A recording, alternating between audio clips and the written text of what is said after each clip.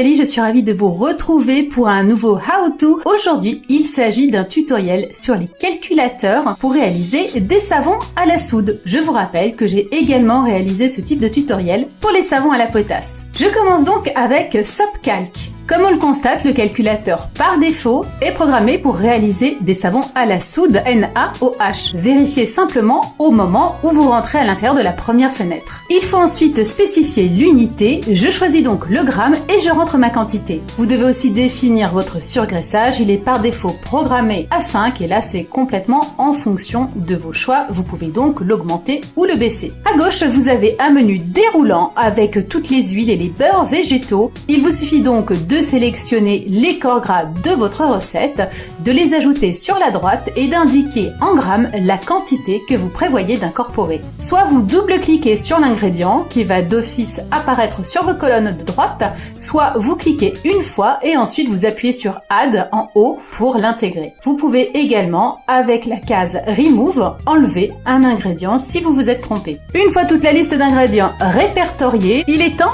de calculer la recette en cliquant sur Calculatrice en bas. Vous allez voir que vous avez différents indices qui apparaissent sur la dureté de la barre, voire nettoyant, son côté crémeux. Vous appuyez ensuite sur View Receipt qui vous permet de voir la recette dans le détail. Vous avez donc le grammage d'eau qu'il est nécessaire d'utiliser pour votre recette ainsi que celui dessous. Vous avez les caractéristiques qui apparaissent de nouveau et enfin tout en bas, vous pouvez prendre quelques petites notes sur les ajouts que vous voulez éventuellement intégrer et ensuite vous pouvez aussi imprimer votre recette.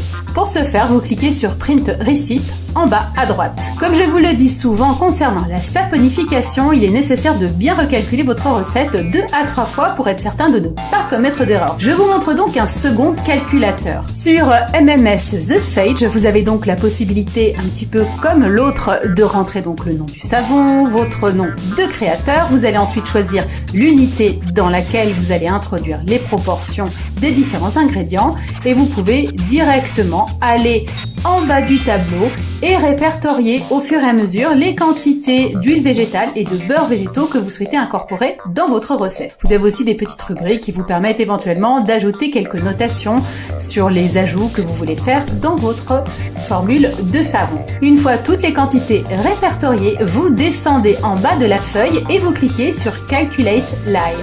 Vous apercevez un petit tableau avec la table qui concerne le dosage de soude. Vous avez des chiffres de 0 à 10 qui vous permettent en fait de cibler le poids de soude que vous allez utiliser en fonction du surgraissage que vous avez choisi. Et enfin, sur la partie gauche, vous avez une fourchette de poids de liquide à introduire pour faire votre lessive de soude. Tout en bas de la page, vous avez la possibilité éventuellement de resizer le batch, c'est-à-dire de partir sur de nouvelles quantités.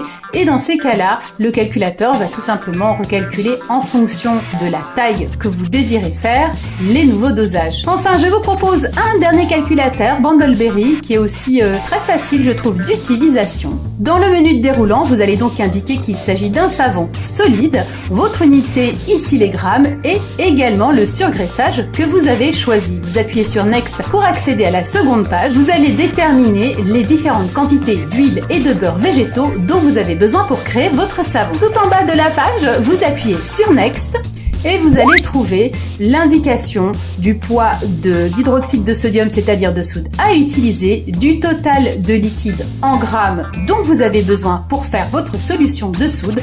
Vous avez aussi la possibilité, comme pour les autres calculateurs, de prendre certaines notes en bas de page et vous pouvez là aussi imprimer votre recette si vous le souhaitez. J'espère que ce petit récapitulatif concernant certains calculateurs disponibles sur internet vous aura plu et surtout vous sera utile pour formuler tous vos savons à la soude. N'oubliez pas que je vous ai préparé un tutoriel très complet avec une recette pour vous lancer facilement dans la création de ce type de savon. N'hésitez surtout pas à aller voir la vidéo.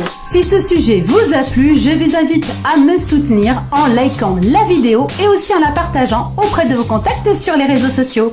À bientôt les câlinettes!